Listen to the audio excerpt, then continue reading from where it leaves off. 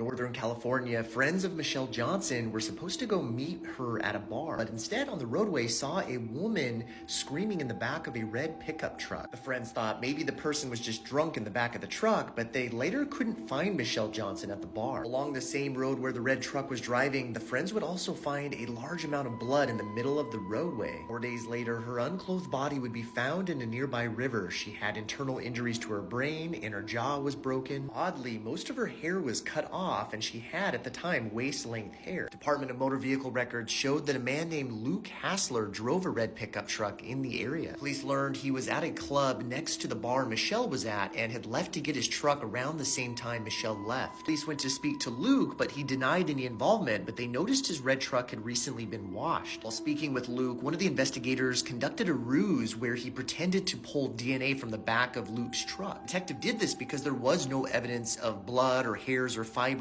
around the truck, and they thought this would spook him, and they were right. Concerned, Luke would then make some phone calls to friends about the incident, and then an anonymous call to police would tell them they believed Luke had committed the crime. Police would then interview him a second time, and this time he would change his story, saying that he saw Michelle in the roadway and that he hit her with his truck. Luke said she would then later wake up while he was driving and jump out of his truck, and he wasn't able to find her. But an autopsy showed that her injuries were not consistent with any type of vehicle hitting her. 3 days, police searched his truck, but they couldn't find any evidence of hairs or fibers or blood. Finally, after the 3 days, they found a small stain on the back of the seatbelt buckle, which ended up being Michelle's blood, suggesting she had been inside the vehicle. They were also able to locate a small amount of blood underneath the front seat on some jumper cables. Police believe Luke saw an opportunity when he saw Michelle walking down the road, but was possibly rejected by her and then attacked her afterward. In court, Luke said he cut Michelle's hair because he had vomited in it. Said he didn't want his DNA in her hair. He would get life without parole, and that was how he was caught.